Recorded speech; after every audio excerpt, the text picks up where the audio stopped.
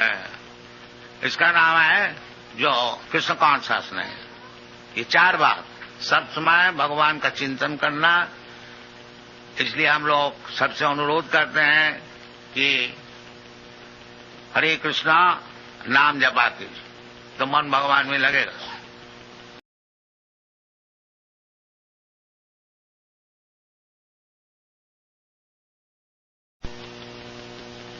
जन्म सार्थक करी, जन्म सार्थक तो उनको मौका है।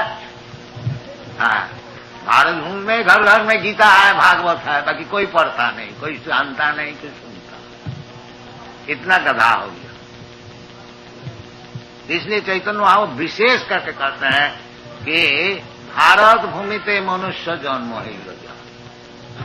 जन्म सार्थक करी, जन्म सार्थक करी का अर्थ होता है जन्म को पूर्ण बनाओ, संपूर्ण बनाओ। तो संपूर्ण बनाने का तरीका क्या है? ये वेदादि शास्त्र पढ़ो अच्छी तरह से, समझो, तभी तो जीवन सफल होगा। जासूसी लिटरेचर पढ़ के क्या लाभ होगा? नहीं, उसी में आ सकती है, उसी में आ सकती। तद बायस तीर्थम, भागवत में बताया, न तद बचस चित्त पदम हरेर जस प्रगनीत कर ही चीज तद बायसम तीर्थम। जिस शास्त्र में भगवान की गुणगान लिखा नहीं है, वो जो शास्त्र है, साहित्य है, वो बायस तीर्थम, कौए का आनंद का स्थान है।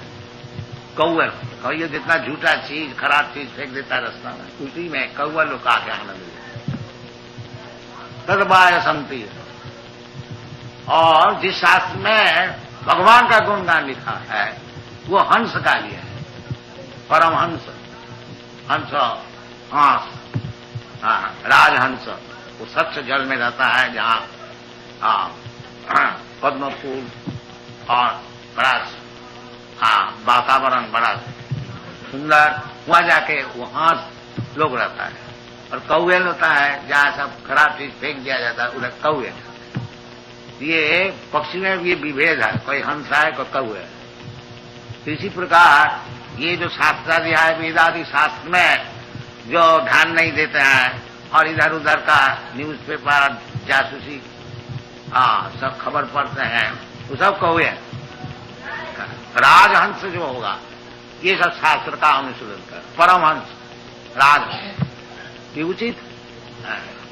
इसलिए भारतवर्ष में बहुत जल्दी ये काम हो सकता है। भारतवर्ष में अभी तक पंडित है और भक्त भी है जो कि शास्त्र को समझता है, समझा सकता है। उसको पास जाए, शास्त्र का अभिलाष समझे और जीवन को सार्थक करे, करके खाली बैठ नहीं रहे। चैतन्य महाप्रभु कहते हैं जन्म सार्थक करी, फर्स्ट ऑफ ऑल पहले तो अपना जीवन सार्थक कर लो, फिर परोपकार करो, दुनिया को सुनाओ। दुनिया में काम तो देख रहे हैं सारा दुनिया में, केवल आहार निद्रा भय में तो नहीं जानते। तुमको सुनाना चाहिए, ये भारतवर्ष का काम है। जो पृथ्वी का है कि कोना कोना में सब चले जाए, बड़े बड़े विद्वान साधु भक्त लोग जाके इनको सुना है, ये सुनता है, ये सुनने के बहुत आग्रह इनका है, तभी तो आया है।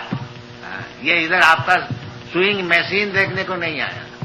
जब इंडस्ट्री स्विंग मशीन बनाया, साइकिल बनाया, वो तो 200 वर्ष पहले ये लोग बनाया। वो रास्ता में जाने से अब कभी कोई माननीय व्यक्ति नहीं होंगे। जब इंडस्ट्री में बड़ा हो गया, तुम क्या इंडस्ट्री करोगे? वो 100 वर्ष आगे है। उसको अगर भगवत भक्ति दोगे तभी तुम्हारा सम्मान बनेगा। वो चीज वहां है नहीं। वो मशीन बना के उधर बड़ा नहीं हो सकते। इधर बना सकते हो, बोन गए सियाल राजा, जंगल में सियाल भी, वो सिगाल भी राजा हो गया, वो अलग चीज है।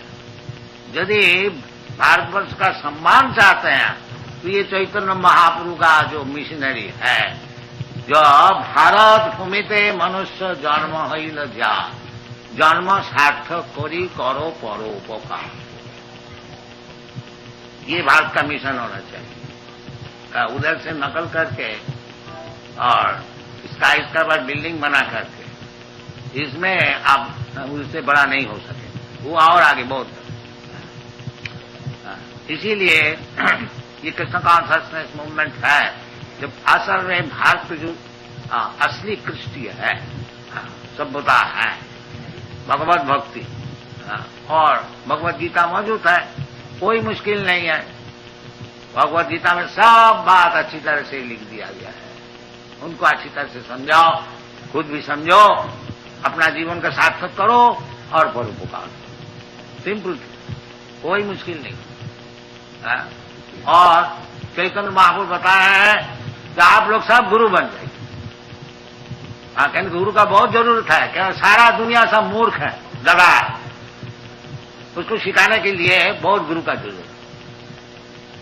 भाई वो गुरु नहीं है जो अनसन बात बता करके उधर के मांस खाने के लिए सीख के आया और इधर सन्यासी बने, वो गुरु नहीं। गुरु तो जैसा शास्त्र में बताया है, जैसे चैतन्य महाप्रभु बताते हैं कि हमारा आज्ञा गुरु हो। मैं जो बता रहा हूं उस आज्ञा को पालन करके गुरु हो। ऐसा भूमि फोर गुरु में आज्ञा पालनकारी गुरु, जो कि सुपीरियर अथॉरिटी का ऑर्डर मानते हैं, वो गुरु है। और अपना कुछ मैन्युफैक्चर करके गुरु नहीं हो सकता, वो गुरु नहीं। समित्तानि श्रोत्रियम ब्रह्मनिष्ठम साधे परेश निष्णातम ब्रह्मणि उपसमाश्रयम, ये गुरु का लक्षण है।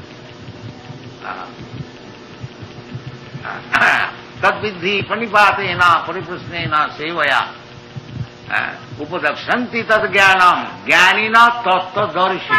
जो तत्वदर्शी है वो गुरु है, जो तत्व को देखा है, भूमि फोर में। तो चैतन्य महाप्रभु कहते हैं, कृष्ण भगवान और कृष्ण भी बोलते हैं वही एक ही बात। जयदम परमम गुह्यम मद भक्ता मद भक्तेषु विदास न च तस्मात् मनुष्येषु कश्चित् में प्रिय कृष्ण। तो पूर्व आचार्य का, ये भगवान का जो बातें हैं उसको यदि प्रचार करे तभी वो गुरु है, नहीं तो ऐसा गुरु नहीं हो सकता। तो चैतन्य महाप्रभु कहते हैं इसीलिए कि हमारा आज्ञा गुरु है या तारो यही देश। हमारी आज्ञा से मैं जो बोल रहा हूं, कृष्ण चैतन्य महाप्रभु क्या बोल रहे हैं, वही जो भगवान बोल रहे हैं। कि भगवान कृष्ण बोलते हैं मामेकं शरणं भज, और चैतन्य महाप्रभु कह रहे हैं कि कृष्ण का भजन करो, हरे कृष्ण का नाम जाप करो, ये कृष्ण का भजन, कोई फर्क नहीं। और चैतन्य चरितामृत और खास करके बताते हैं हमारा आज्ञा गुरु हैया तारो यही देश, जारे कहो जारे देखो तारे कहो कृष्ण उपदेश। ये परंपरा चैतन्य महाप्रभु कोई नई बात नहीं बोल रहा, वो कहते हैं कि कृष्ण का जो उपदेश है उसको बताओ सबको, जारे देखो तारे कहो, कहीं भी किसी को देखो। तो ये कोई मुश्किल है क्या? यदि प्रत्येक व्यक्ति ये कहने को शुरू करे तो देखो जी, भगवत गीता में भगवान चाहते हैं कि सब कोई उनका चरण में शरणागत हो जाए, इसलिए आपको मैं बोल रहा हूं आप भी हो जाइए, बस आप गुरु हो गए। कोई मुश्किल है? कृष्णोपदेश, जो कृष्ण बोल रहा है उसी को बोलिए, आपको कोई मैन्युफैक्चर करने नहीं पड़ेगा। जो कृष्ण बोल रहा है, जारे देखो तारे कहो कृष्ण, तो सबको लिए उचित है। जैसा चैतन्य महाप्रभु बताते हैं, जैसा कृष्ण बताते हैं, इसी प्रकार कृष्ण कॉन्शसनेस मूवमेंट को खूब दुनिया में प्रचार करना चाहिए। और नहीं तो जो कुछ हम लोग कर रहे हैं वो केवल परिश्रम है, उसमें कुछ लाभ। तो धर्मस्यानुष्ठित पुंसान विश्वास न कर, रुचि अपना रुचि बढ़ाइए और दूसरे को रुचि संपन्न कराइए। ये शास्त्र का निर्देश है। तो सबको मिल करके सबको समझा कि भाई कृष्णास्तु भगवान स्वयं, कृष्ण जो असल भगवान है वो कृष्ण है, कृष्णास्तु भगवान स्वयं। वो चाहते हैं जो उनका चरण में आप लोग सब शरणागत हो जाइए और मैं भी उनका वृत्त और उनका जो संभाल है उसको वहन करके पियन का ऐसे आपको बसा करके दंते निधाय तिनकं, ये बड़े बड़े साधु लोग यही कहते हैं, दंते निधाय तिनकं पदयो निपत्य। हाँ, हम अपना मुंह में तीनों ग्रहण करके बहुत नम्रता से और बहुत खुशामदी करके आपको चरण में एक निवेदन कर रहा हूं। ये प्रचार जो विषय है, तो जो भद्र व्यक्ति होगा वो सुनेगा, अच्छा भाई बोलो, तुम इतना दीनता से नम्रता से कुछ चीज बोलने को चाहते हो तो बोलो, क्या बोलने को चाहते हो? तो बोलना है कि हे साधव, आप तो बहुत साधु है, आप बहुत जानने वाला है, सुनने वाला है, ये हमारा निवेदन है।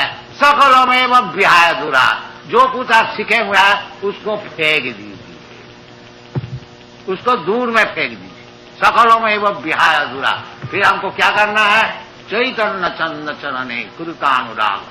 जो चैतन्य महाप्रभु जैसे बताते हैं उसका आप करिए। ये प्रचार का काम है। प्रचार कलिकाल में ये झगड़े का अड्डा है साहब, ज्यादा जबरदस्ती बोलने से बिगड़ जाए।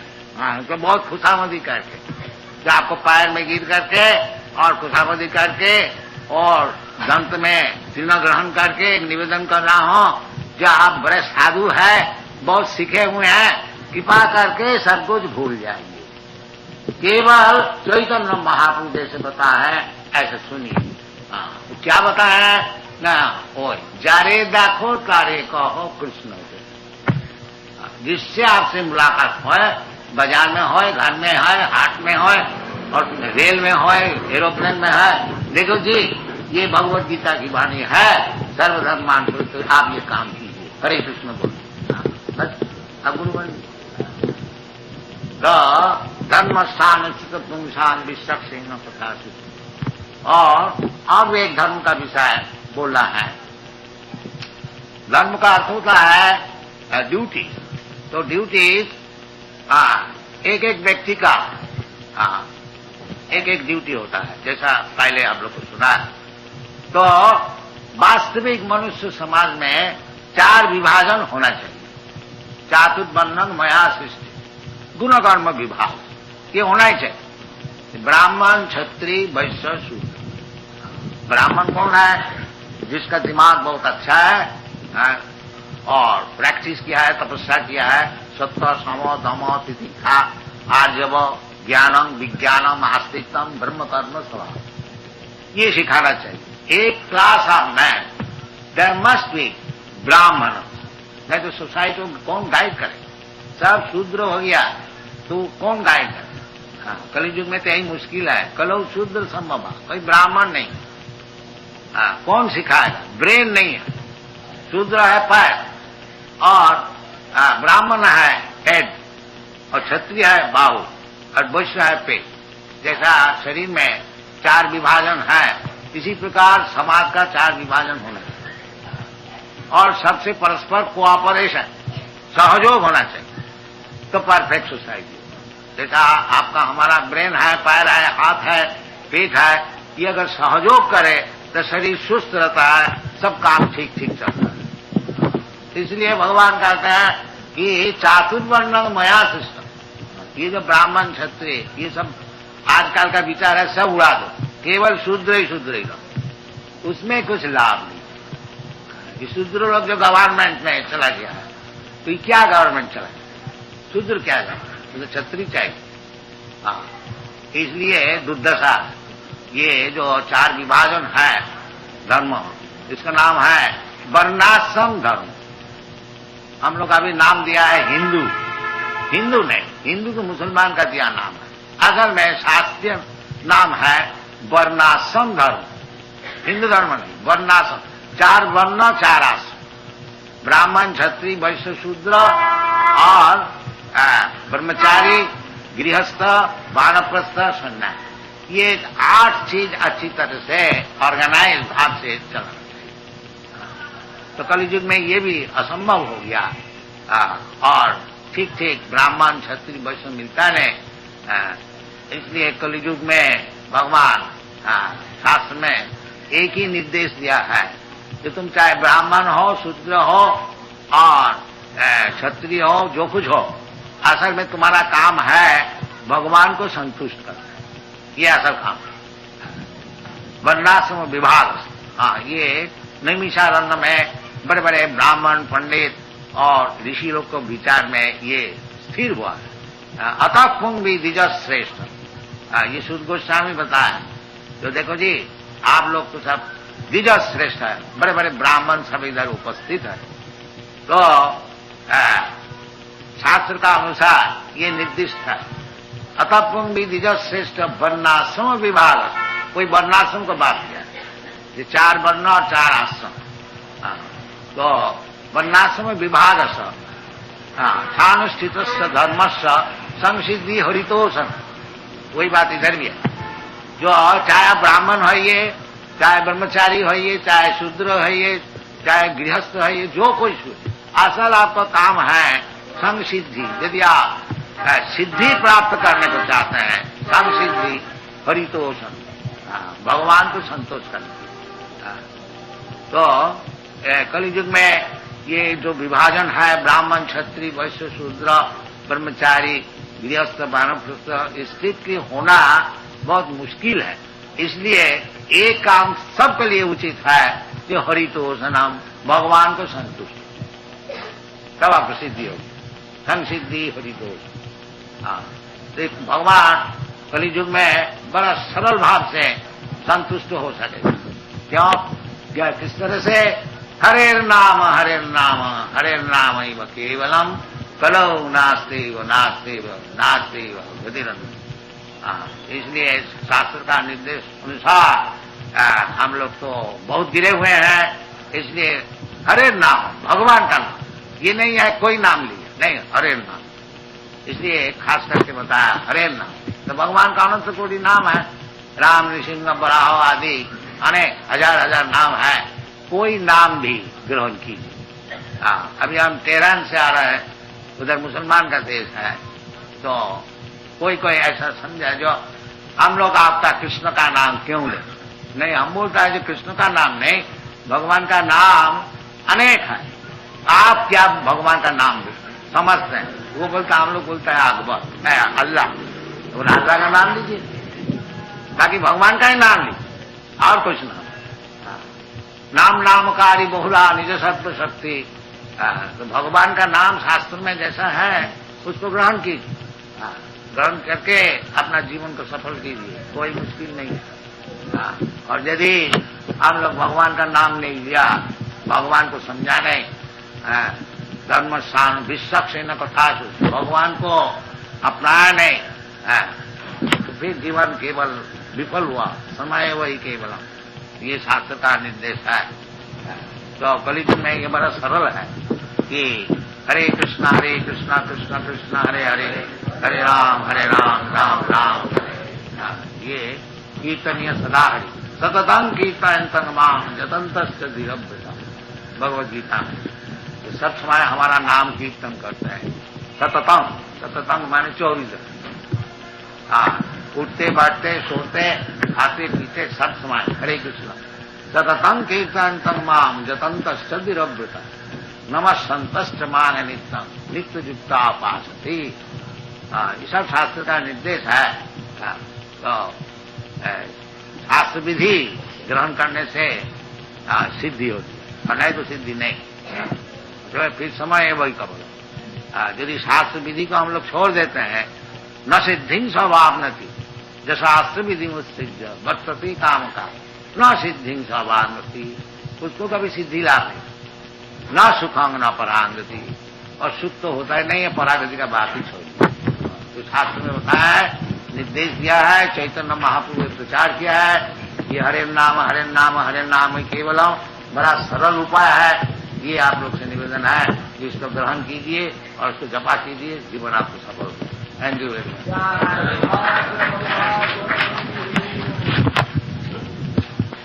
काली भक्त माने पटाखा भक्त। রক্ত টক্ত কিছু নয়। রণং দেহি, রূপং দেহি, রূপবতী ভাজ্যাং দেহি, যশো দেহি, এইসব দেহি। আর আমি খুব মজা করি।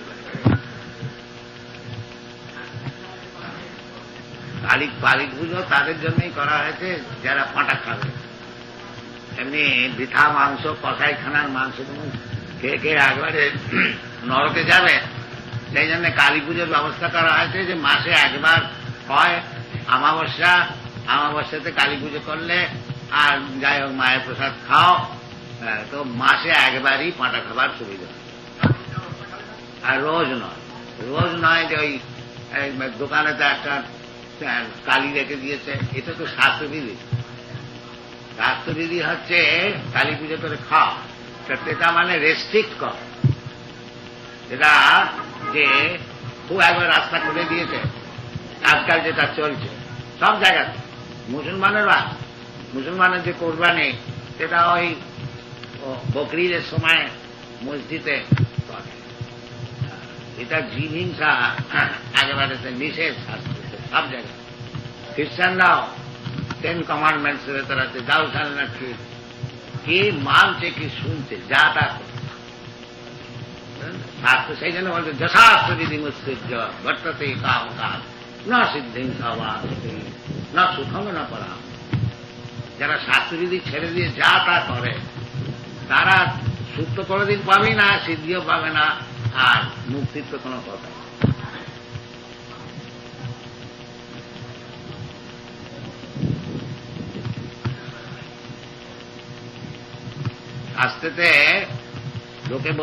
শাস্ত্রেতে বলেছে লোকে গবয়া আমিষ মধ্যসী বা নিত্যাস্তু জন্তু। জন্তু মাত্রই 3টে জিনিসে খুব আকর্ষণ আছে। কি না, ববয়া স্ত্রী সংসর্গ করা, আর আমিষ মানে মাংস মৎস্যাদি ভোজন করে আমিষ।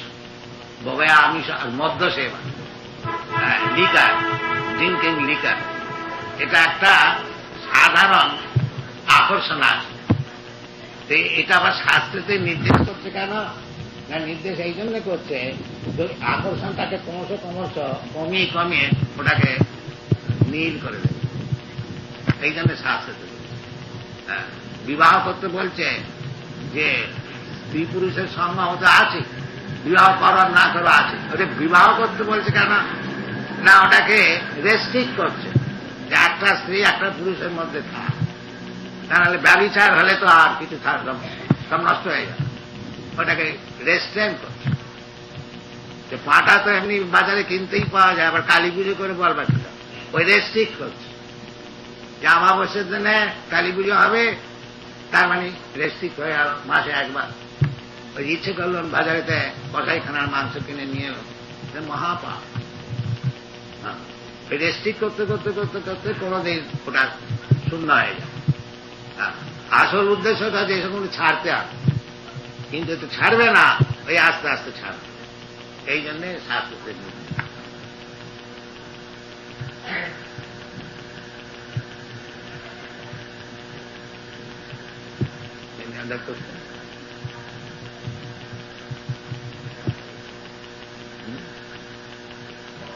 No more question? All right. Thank you.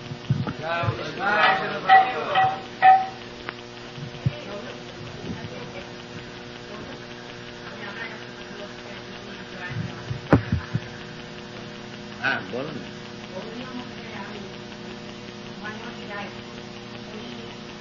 Gauri মঠের কথা এখানে আমরা কি করবো?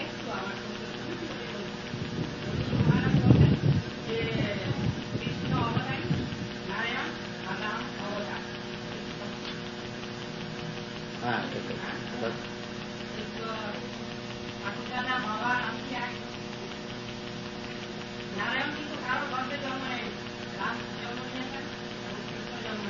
তো ওই আপনার ওই সব বুদ্ধি দিয়ে ভগবানের কথা বলে যান। শোনো, এই ভগবান কৃষ্ণ এই জন্য জন্ম কর্মের বিজ্ঞ। আপনি যে জন্মটন্ম বুঝে রেখেছেন, বাবা মা জন্ম, ও জন্ম নয়। এই জন্য বলতে জন্ম কর্মঞ্চ বিজ্ঞ যে জানা। শোনো, ভগবানের জন্মটা ওই রকম না। আপনি যেরকম বলছে বাবার থেকে জন্ম হলো, মায়ের থেকে জন্ম হলো, তা নয়। এই জন্য বলছে জন্ম কর্ম শ্রমিক দিব্যম। দিব্যম বলবার কারণ উদ্দেশ্য, ওটা লৌকিক নয়। আপনি তো লৌকিক কথা বলছেন। হ্যাঁ, ওই তো বাবা মার জন্ম, পিসিমার জন্ম, মায়ের জন্ম, এইসব হচ্ছে লৌকিক। হ্যাঁ, তো সেইটা সেই জন্য বলছে যে ওটাকে জানতে হবে ভালো করে। জন্ম কর্ম শ্রমিক দিব্যম যু জানাতি তত্ত্ব। আমি যে বুদ্ধি নিয়ে বুঝে রেখেছি জন্ম কর্ম, ওই সব বুদ্ধিতে চলবে। দিব্যম এবং তত্ত্ব তো জানতে হবে। এবং ভগবান নিজে বলছে যে মনুষ্যানাম সহস্রেষু কশ্চিৎ যততি সিদ্ধায় যততাম বিসিদ্ধ্যানাম কশ্চিৎ বেত্তি মাম তত্ত্ব। তত্ত্ব তো বুঝতে হবে। আর সেই তত্ত্ব তো বোঝাটা সাধারণ নয়। বলছে লক্ষ লক্ষ লোকের মধ্যে কেউ সিদ্ধি লাভ করে, আর যততাম বিসিদ্ধানাম, এই সিদ্ধি লাভ যারা করে তাদের মধ্যে কেউ জানে তত্ত্ব। আপনি বুঝে রেখেছেন যে মায়ের পেট থেকে যেমন ছিল কৃষ্ণ জন্মেছে, রাম ওই রাম নয়। সেটা বুঝতে হবে, এটা তাত্ত্বিক বুঝতে হবে। এবং সে তাত্ত্বিক বুঝবার রাস্তাটা ভগবান বলে দিয়েছেন। ভক্তা মাম অভিজানাতি যাবান যাচ্ছামি তত্ত্ব। ওই তত্ত্ব ভগবানকে তত্ত্ব তো বুঝতে হবে। যা আমরা বুঝে রেখেছি ওইরকম বুঝে হবে। এবং তত্ত্ব বুঝবার জন্য যে তত্ত্বদর্শী না, ভগবান বলেছেন তদ্বিদ্ধি প্রণিপাতে না পরিপ্রশ্নে ন সেবয়া উপদক্ষন্তি তদ জ্ঞানম জ্ঞানী ন তত্ত্বদর্শী। এই তত্ত্ব কথাটা আগে বুঝতে হবে। ওইরকম নিজের মন গড়া বুঝতে হবে এবং সেটা জানতে হবে। তদ্বিদ্ধি, সেটা জানো কি করে? প্রণিপাতে না, আগে নিজের যে বুদ্ধা বুদ্ধি আছে সেটাকে প্রণিপাত করতে হবে, প্রকৃষ্ট রূপে করে দিতে হবে। এটা হচ্ছে আসল কন্ডিশন। আমি খুব জেনে রেখেছি, বুঝে রেখেছি, বাস ঠিক হয়ে গেল না। তদ্বিদ্ধি প্রণিপাতে, হ্যাঁ, প্রকৃষ্ট রূপে নিপাত করে দাও। প্রণিপাতে পরিপ্রশ্নে, সেই ভয়া সেবা করতে হবে, পরিপ্রশ্ন করতে হবে, প্রণিপাত করতে হবে। এইরকম ভাবে করলে যে জ্ঞানী তত্ত্বদর্শী, যে তত্ত্ব জানে, সে বুঝিয়ে দেবে। নিজের মন গড়া বুঝলে হবে। যেমন শাস্ত্রের নির্দেশ আছে সেরকম।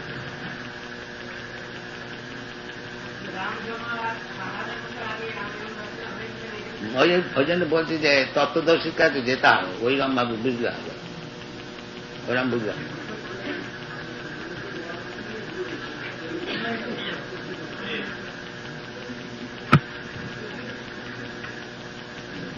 এটা স্পেকুলেশনের জিনিস না। অথাপিতি দেব পদাম বিশুদ্ধম প্রসাদলীশান গৃহীত বই জানাতি তত্ত্বম। প্রসাদলীশ গৃহীত, যারা ভগবানের সামান্য একটু প্রসাদ পেয়েছে তারা তত্ত্ব তো বুঝতে পারে। জন্ম কর্মঞ্চ দিব্যম যে জানাতি তত্ত্ব, ভগবানের তত্ত্বজ্ঞান হলে শুধু মুক্ত হয়।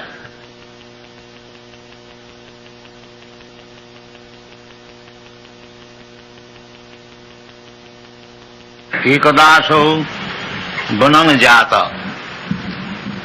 वो अजामिल का उपाख्यान अभी हम लोग वर्णन कर रहे हैं। तो अजामिल का विषय, पहले ब्राह्मण बालक, सब ब्राह्मण का गुण उसमें था। वो ब्राह्मण का गुण जो है उसको बताया गया है। अयं ही सुत संपन्न, ये व्यक्ति जब बालक था, ये जो युवक था, उनकी शादी हो गया था, तो सुत संपन्न, सुत का अर्थ होता है वेद का ज्ञान। वेद का नाम है श्रुति, और जो वेद का ज्ञान सुन के लाभ किया है उसको कहा जाता है श्रोत्रियम और श्रुत। जो वेद का ज्ञान सुना है गुरु से, ये सुनने का चीज है। पहले सुने, ये जो हम लोग सत्संग चला रहे हैं, इसका उद्देश्य है कि वेद का जो ज्ञान है उसको आप लोग आ करके सुने। सुनते सुनते ज्ञान लाभ होगा। पढ़ने का भी जरूरत नहीं है। कोई अगर पढ़ने को लिखने को नहीं जानता है तो उसको ज्ञान कैसा होगा? सुन के होगा। भगवान कान दिया है। असल में पहले वेद का ज्ञान सब कोई गुरु से सुन करके ही सीखता था। लिखित पुस्तक नहीं था। लिखित पुस्तक ये कलियुग का प्रारंभ में व्यासदेव देखा कि कलियुग में स्मरण शक्ति कम हो जाएगा, इसीलिए केवल सुन करके उसका ज्ञान लाभ नहीं होगा। वो किताब पढ़ना चाहिए, रखना चाहिए। इसलिए हम लोग इतनी किताबें सब छप रहा हूं कि केवल इधर कभी कभी आप लोग आए सुन करके चले गए, केवल इधर कभी कभी आप लोग आए सुन करके चले गए, उसमें काम नहीं बनेगा। किताब पढ़िए सब। किताब पढ़ने से वेद का ज्ञान लाभ होगा। इसलिए ये जो ब्राह्मण बालक अजामिल आज इनकी इतनी दुर्दशा हुई है, उसको कारण ये जमराज का जो दूत है बता रहे हैं कि ये व्यक्ति पहले जैसा ब्राह्मण का गुण होना चाहिए वो सब इनका था। क्या है न? सुत संपन्न, अच्छी तरह से वेद का ज्ञान सुना हुआ था। संपन्न, संपन्न माने आखिरी तक सुना था 4 वेद का विषय में। और शील वृत्त गुणालय, और व्यवहारिक काम में भी बड़ा सज्जन और सद्गुण सब इनमें था। शील सत्व गुणालय धृतव्रत, और धृतव्रत का अर्थ होता है जो काम करना है उसको व्रत धारण के किया जाए, इन्हें फुल डिटर्मिनेशन, धृतव्रत। भगवद गीता में भगवान कहते हैं महात्मानुस्तपांग प्रार्थ दैवी प्रति मास्थित भजंती दृढ़व्रत। द वर्ड इज, ये शब्द का बताया है दृढ़व्रत और दृढ़व्रत। दृढ़ मीन निश्चित, सवेरे 4 बजे उठना है निश्चित, उसमें कोई फर्क नहीं पड़ेगा। कोई 4 बजे उठा और कोई नहीं उठा, नहीं, रोजाना अवश्य उठना चाहिए 4 बजे। उसका नाम है धृतव्रत और दृढ़व्रत। ये नहीं जो ऑकेजनली कभी कभी हम उठ जाते हैं 4 बजे, नहीं, रोजाना उठना चाहिए। ये ब्राह्मण का काम है। धृतव्रत मृदु, बड़ा शांत स्वभाव, दांत, यानी अपना इंद्रियों को दमन करके रखना, ये ब्राह्मण का काम है। सम दम, मन को स्थिर रखना, इंद्रियों को स्थिर रखना, सम दम तितिक्षा, ये सब सीखना चाहिए। तो इसीलिए बताया था मृदु दांत सत्ववान। सत्ववान का अर्थ होता है कभी झूठ नहीं बोलता। सत्ववान मंत्रविद, और वेद का मंत्र साहब कंठस्थ और शुचि, बड़ा शुचि संपन्न, neat and clean, thrice taking bath, 3 दफे स्नान करते हैं, कपड़ा और शरीर खूब शुद्ध रखते हैं। और गुरु अग्नि अतिथि विद्याना, ये 3 वस्तु को सत्कार करना, गुरु को देख करके ही नमस्कार करना चाहिए, दंडवत। और अग्नि, इन्हें रोजाना यज्ञ करना चाहिए। और अतिथि, कोई व्यक्ति अचानक घर में आ जाए उनकी सेवा करनी चाहिए। और वृद्धानाम, और विशेष करके वृद्ध व्यक्ति को खूब अच्छी तरह से सम्मान करना, उसको संतुष्ट करना, ये सब गुण है। और शुश्रूषु अनहंकृत, ये ब्राह्मण बालक ये सब करते थे और अहंकार भी नहीं, जहां हम इतना करने वाला है। अनहंकृत सर्वभूत सुहित, और सबके लिए सुहित, यानी उसको अच्छा सोचना, सबके लिए सबका मंगल हो, सर्वे सुखी न भवन्तु, ये सब मनुष्य का सद्गुण है। साधु, और साधु एक एक शब्द का अनेक बहुत बड़ा लंबा चौड़ा अर्थ है, संक्षेप में आपको बता दूं तो साधु का अर्थ होता है भगवत भक्त। भगवान ने से बताया है भगवत गीता में, साधु रेव समन्तव्य। साधु का अर्थ होता है कौन? भजते माम अनन्य भाग, और पीछे सुदुराचारो भजते माम अनन्य भाग साधु रेव समन्तव्य। जो कि भगवत भक्त है, भगवत सेवा छोड़ करके और दूसरा काम उनका नहीं है, उसका नाम है साधु। तो ये साधु शब्द भी आया है। मितवाक, और ज्यादा अनशन बकता नहीं। ये भक्त का उचित है कि केवल भगवान का ही नाम कीर्तन करें। अनशन बकने से खाली परमायु हानि होती है, उसमें कुछ लाभ नहीं है। इसलिए शास्त्र में कहता है वाचांसी वैकुंठ गुणानुवर्णन। यदि आप बात करें, बातचीत करें, तो वैकुंठ जो भगवान है उनका विषय करें। वो सिनेमा एक्ट्रेस का विषय नहीं। श्रवणम कीर्तनम विष्णु। अगर बातचीत करें, श्रवण किसी का विषय श्रवण करना है तो भगवान विष्णु का विषय श्रवण कीजिए, और किसी का विषय कुछ बोलना है तो वो भगवान का विषय ही बोलिए। श्रवणम कीर्तनम विष्णु वाचांसी वैकुंठ गुणानुवर्णन सबई मन कृष्ण पदारविंद। इसका नाम है कृष्ण कॉन्शसनेस, कृष्ण भावनामृत। ये सब समय मन को भगवान का चरण में लगा के रखना। और भगवान खुद बताते हैं मन मना भव मद भक्त मत जाजी मांग नमस्कुरु। तो इसका नाम है जो कृष्ण कॉन्शसनेस। ये चार बात, सब समय भगवान का चिंतन करना। इसलिए हम लोग सबसे अनुरोध करते हैं कि हरे कृष्णा नाम जपा कीजिए तो मन भगवान में लगेगा। हरे कृष्णा कृष्णा नाम तो सुन रहा है ना, तो सुनने से मन जाएगा उधर। ये मेडिटेशन है। हरे कृष्णा कृष्ण कृष्ण हरे हरे, मन मना। और वो करेगा कौन? मद भक्त। मन मना भव मद भक्त।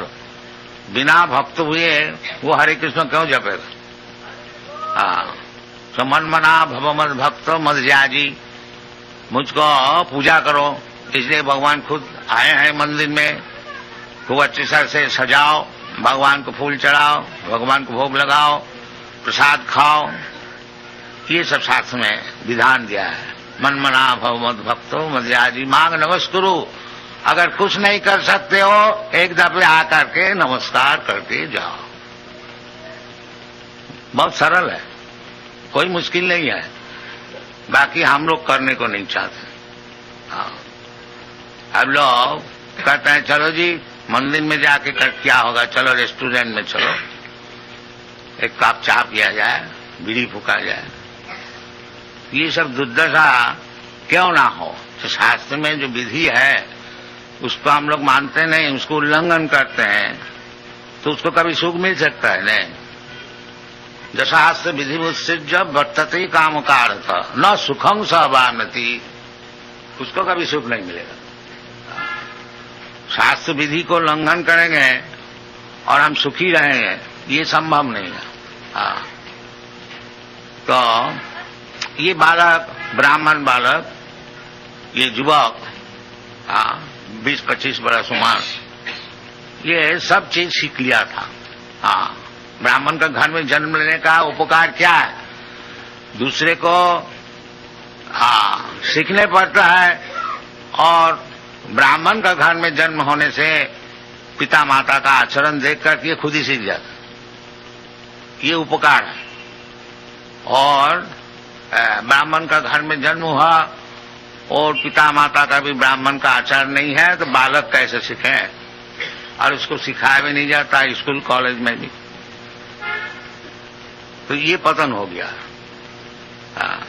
तो पतन होने का बहुत कारण है, और एक कारण ये बता रहा है कि एकदा असौ, वो जो अजामिल ब्राह्मण कुमार एक दफे बनंग जात वन में गया था। ये एक दिन नहीं, ये ब्राह्मण का काम ही है जो वन में बगीचा में जा करके भगवान के लिए सब पुष्पादि संग्रह करे। भगवान बोलता है पत्रम पुष्पम फलम तोयम जूमी भक्त्या प्रजच्छति। भगवान को अर्चन करने के लिए कोई ज्यादा खर्च नहीं है, जो खर्च कर सके वो खर्च करे खूब अच्छी तरह से, और जिसका पास पैसा है नहीं, खर्च नहीं कर सकता है, उसके लिए भगवान राजी है। जो थोड़ा सा पत्र हमको दो, थोड़ा सा पुष्प हमको दो। भगवान नहीं बोलता है जो हमको ये सोना के थाली में लूची पूरी कचौड़ी लिया कर। भगवान खाने का बहुत है, उनको खाने के लिए कोई अभाव नहीं है। उनको कहते हैं चिंतामणि प्रकर सदमसु कल्प वृक्ष लक्षा वृतेषु सुरभिरभिपालयन्तम लक्ष्मी सहस्र शत संभ्रम से भगवान। भगवान की सेवा करने के लिए शत सहस्र हजारों लक्ष्मी गॉडेस ऑफ फॉर्चून सब सेवा करने के लिए तैयार। तो भगवान का कुछ अभाव नहीं है। भगवान ये बम्बई में जुहू में आके बैठ गए हैं, जो बेचारी खाने को है ही नहीं, इधर आपसे मांगने को आया, ये बात नहीं है। बात यह है कृपा करके आए हैं कि आप लोग मन मना भव मद भक्त मध्यादि मांग नमस्कुरु, ये सुविधाएं आपको देने के लिए आए हैं। और आप लोग चाहते हैं ये मंदिर किसी तरह से नहीं बने, भगवान इधर बैठ नहीं सके, ये आपकी प्रतिज्ञा है। भगवान बेचारी आए हैं आपको सुविधा देने के लिए, और आप लोग कृतनिश्चय है कि इधर मंदिर को होने को नहीं देंगे। जब कीर्तन होए पुलिस में एप्लीकेशन दो, और पुलिस साहब कहें कि कीर्तन इज न्यूसेंस, तो ये परिस्थिति है। इसका नाम है कलियुग। जो भगवान कहते हैं जदा जदा ही धर्म सग्लानि भवति भारत तदात्मानं सृजामि हम। ये धर्म की ग्लानि जब होए तब हम खुद आते हैं कि हमारा कोई परम भक्त को भेजते हैं उनको उद्धार करने के लिए, और वो बेचारी आए भी तो आप लोग उसको बैठने को नहीं देंगे। ये परिस्थिति है। तो ये बालक ब्राह्मण का सब गुण वो सब लाभ किया था, परंतु एक दिन एकदा सो बनंग जाता, वो वन में जाने के समय इसलिए वन में जाते हैं ना, पितृ संदेश की दिजा। पिताजी घर में बैठ के भगवान की अर्चना कर रहे हैं, और पिताजी आदेश दिया है बेटा ये सब फूल और घास और तृण ये सब ले आओ। ब्राह्मण है, उनका पास ज्यादा तो पैसा है नहीं, बाकी भगवान कहते हैं जो हमको पत्र पुष्प दो, पैसा है नहीं तो क्या हुआ, पत्र पुष्प तो कहीं भी मिल जाएगा, घर में भी मिल सकता है, घर का बाहर में भी मिल सकता है। ये कोई बात नहीं है जो लूची पूरी हलवा देने से ही भगवान संतुष्ट रहेंगे। नहीं, भगवान कहते हैं पत्रम पुष्पम फलम तोयम जूमी भक्त्या प्रदत्त तद हम अस्नामि, मैं उसको ग्रहण करता हूँ, खाता हूँ। और भगवान आपका हाथ में एक दफे खा लिया तो फिर आपको क्या अभाव होगी, तब तो आप सबसे बड़ा आदमी हो गया। ये सब उदाहरण है जो भगवान एक दफे जिसका हाथ से खा लिया था उसको कभी दारिद्रता नहीं रहेगा। शास्त्र में बताते हैं। आजकल सब कोई हम लोग को पूछते हैं जी भगवत भजन करके क्या होगा, आदमी सब गरीब है और उसको पहले खाने को चाहिए, और हम लोग एडवर्टाइज करते हैं जिसको खाने के लिए कोई संस्थान नहीं है, पहनने का कपड़ा नहीं है और रहने का जगह नहीं है, आइए हमारा पास, हम बम्बई में और अच्छी तरह से मकान बना रहे हैं, सब आइए रहिए। बाकी कोई नहीं आता, हमको परदेश से आदमी लाने पड़ता है मंदिर चलाने के लिए। कोई आते नहीं। ये बहुत खेद का बात है, जो भारतीय क्रिश्चियन है उसमें भारतीय कोई आता नहीं। वो मिल में जाता है, इधर नहीं आता। तो हम लोग क्या करें? हम लोग तो खुशामदी कर रहे हैं, आइए इधर रहिए, इधर भगवान का प्रसाद खाइए और कीर्तन कीजिए और सब चीज आपको मिल जाएगा। भगवान खुद कहते हैं तेषाम नित्याभियुक्तानाम योग किमं बहम। What is the first line? अनन्य चिंतयन्तं मां जी जना पर्युपासते तेषाम नित्याभियुक्तानाम योग क्षेमं बहामि अहम। यदि आप अनन्य चिंतन, केवल भगवान की चिंतन में नियुक्त रहे, अनन्य चिंतन, तो अनन्य चिंतन जैसा ही कृष्ण कॉन्शियसनेस मूवमेंट जो हम लोग सिखाते हैं, तो अनन्य चिंतन सब समय 24 आवर्स 24 घंटा केवल भगवान का चिंतन और कोई चिंतन। जो कुछ काम किया जाए सब भगवान के लिए।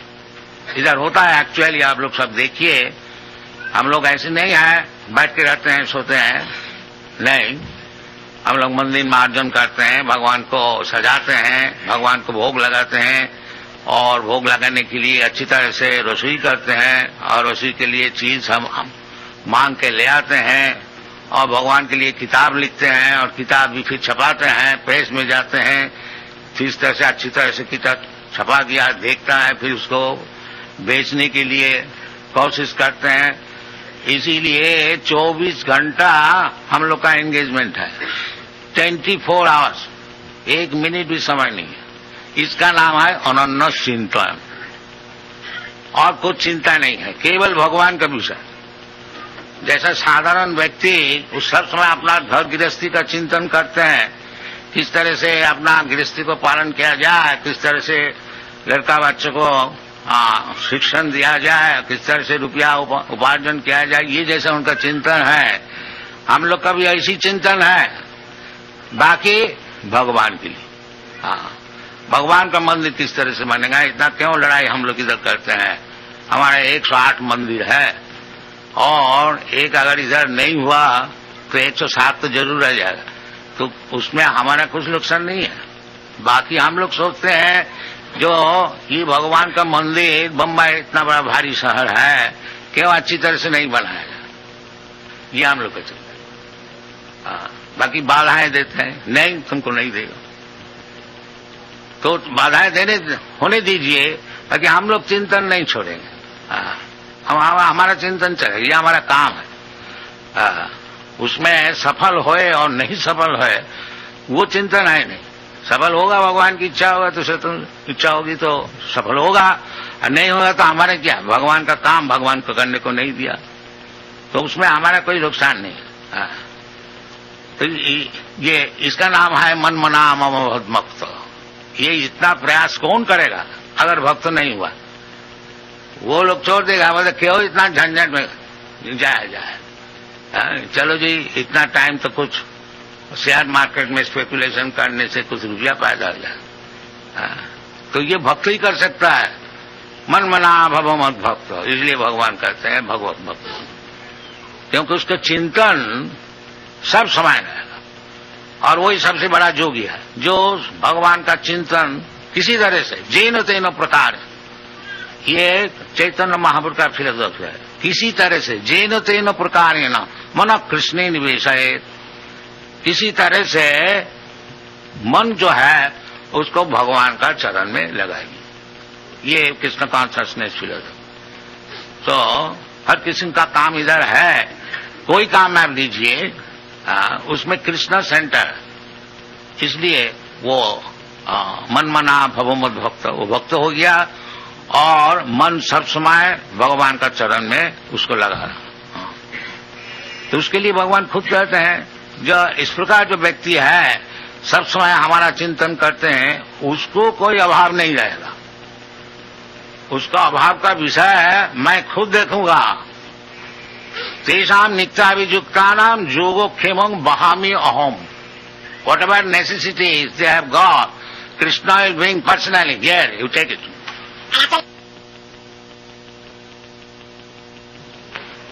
And actually आप लोग देखिए सब, हमारा 108 मंदिर है सारा दुनिया में, और एक एक मंदिर में 50 से कम नहीं 200, 250, 300 तक है भक्त लोग। और समझ लीजिए कितना भक्त है 108 मंदिर में सारा दुनिया में। लंदन में है, न्यूयॉर्क में है, लंदन में 2 है, एडिनबरा में है, और लॉस एंजलिस में है, बॉस्टन में है, अमेरिका में 40 है, ऑस्ट्रेलिया में है, कनाडा में है, सब जगह में है। बाकी कोई भी मंदिर में आप लोग जाइए देखिएगा कुछ अभाव नहीं है। जोगो क्षेमं वहामि अहम, ये प्रैक्टिकल है, ये थियोरिटिकल नहीं है जहां हम लोग धोखा देते हैं, बात बताते हैं। आप जाइए बम्बई में भी देखिए कितना परेशान हम लोग हो रहा है, बाकी हमारा सेवा पूजा चल रहा है।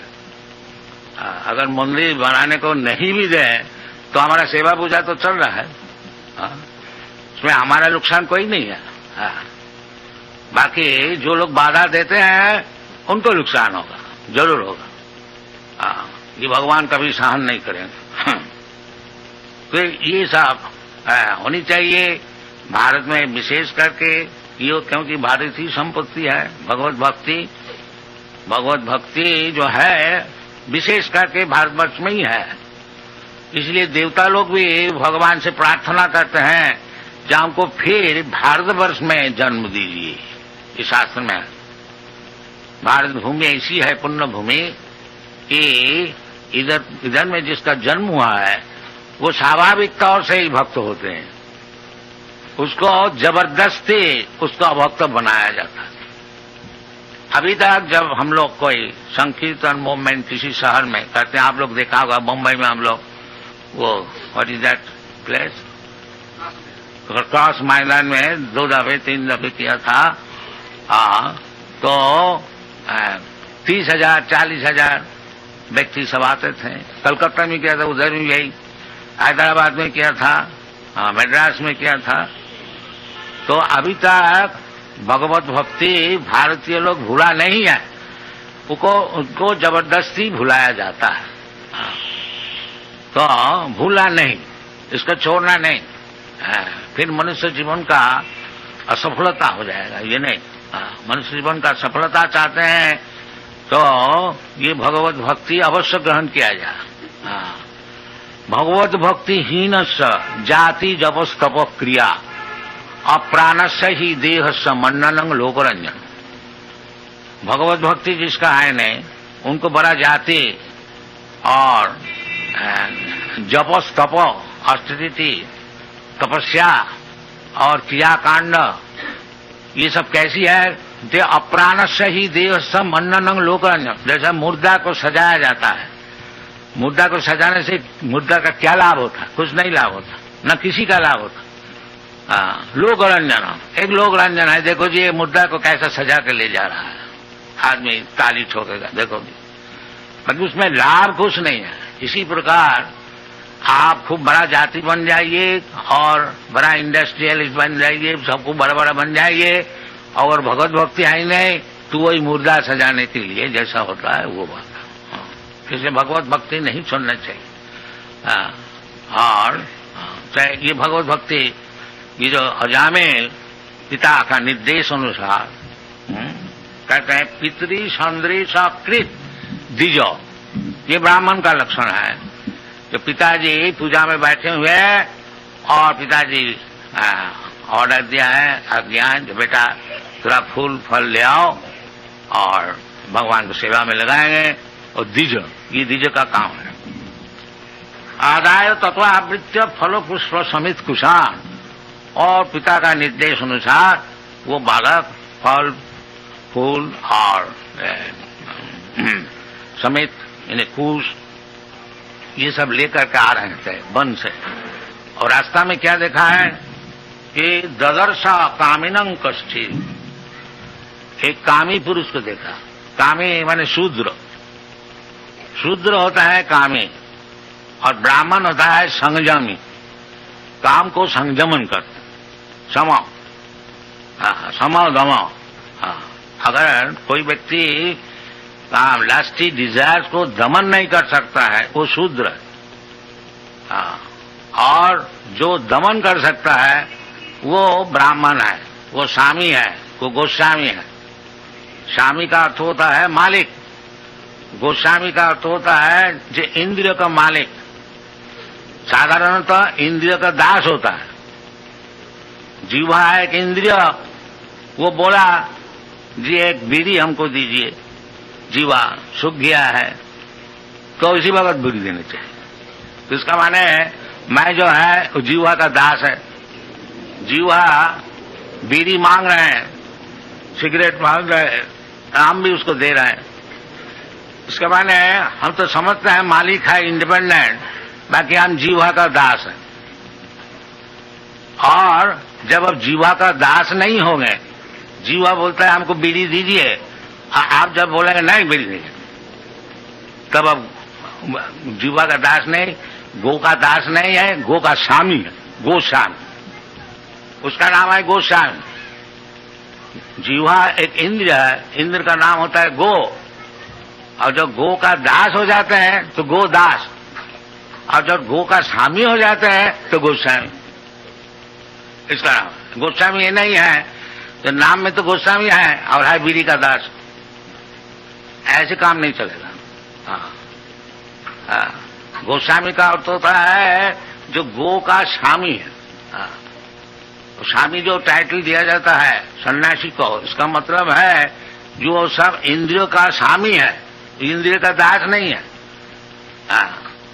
तो इसी प्रकार कहते हैं आदाय तथा फल पुष्प मित्रुषं ददर्श कामिनं कश्चित्, कामिनं लस्टी मैन, दैट मीन्स शूद्र। एक शूद्र को देखा, कामिनं क्वचित् शूद्रं, शूद्र बता दिया, सह क्वचित् शूद्रं सह उजिष्या प्रीत्या च मधुमौरेयं मदा घूर्णित नेत्रया।